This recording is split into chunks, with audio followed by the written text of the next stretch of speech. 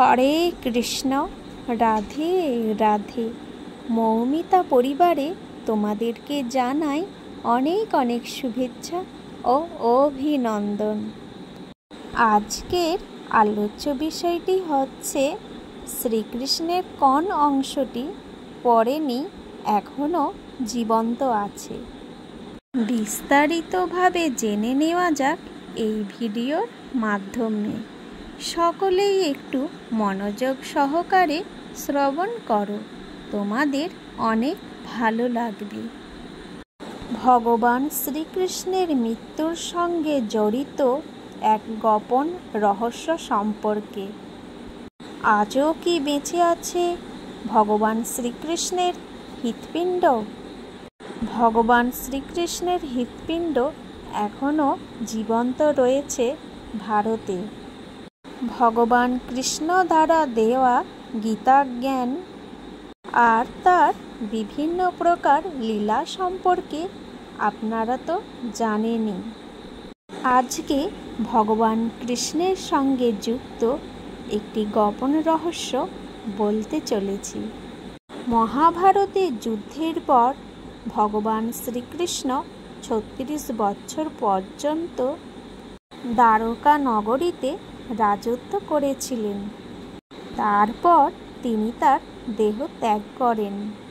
কিন্তু আপনি কি জানেন, যখন তার দেহ সংস্কার করা হচ্ছিল তখন তার দেহের একটি অঙ্গ পড়েনি। ওই অঙ্গটি আজও পৃথিবীতে রয়েছে।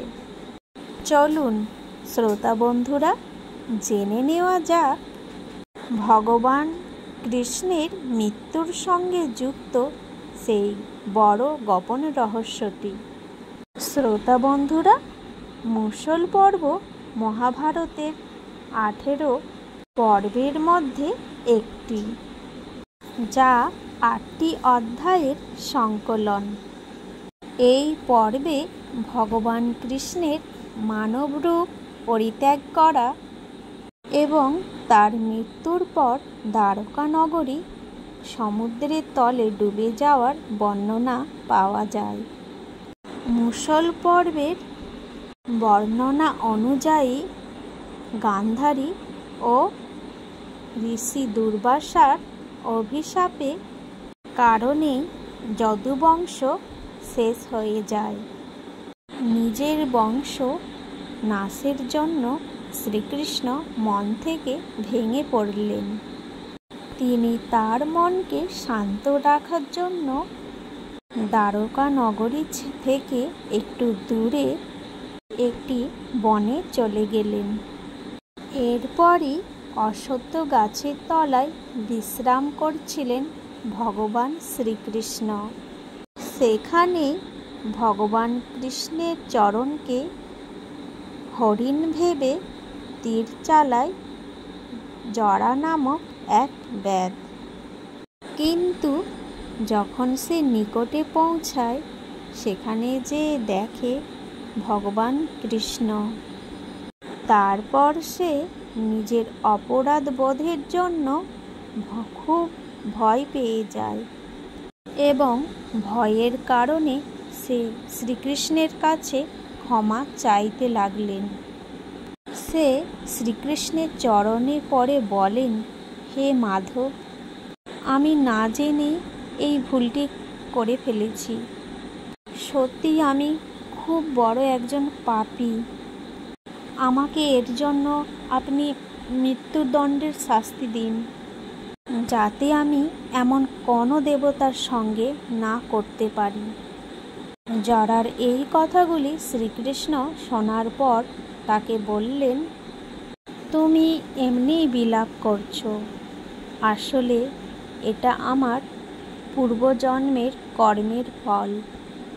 তুমি আগের জন্মে মহারাজ বালি ছিলে, যাকে আমি রাম অবতারে তাকে হত্যা করেছিলাম।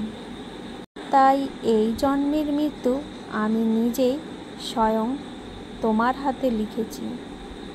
এই কথা বলে ভগবান শ্রীকৃষ্ণ নিজের দেহ ত্যাগ করে দেন। এরপর পাণ্ডবরা যখন শ্রীকৃষ্ণের মৃত্যুর খবর পান, তখন পাণ্ডবেরা পুরো শাস্ত্রের বিধান মতো শ্রীকৃষ্ণের দেহে অন্তিম সংস্কার বা শেষকৃত্য সম্পূর্ণ করেন। তার পুরো শরীর পুড়ে ছাই হয়ে গেলেও তার হৃদয় বা হৃৎপিণ্ড তা আগুনের শিখায় জ্বলেই যাচ্ছিল। এই দৃশ্য দেখে পাণ্ডবেরা আশ্চর্য হয়ে যান। এরপর তারা শ্রীকৃষ্ণের হৃৎপিণ্ডটিকে একটি নদীতে প্রবাহিত করে। এরপর সকালবেলায় নদীতে স্নান করতে গিয়ে একটি নরম বস্তু ভেসে যেতে দেখেন রাজা ইন্দ্রদ্যুম্ন।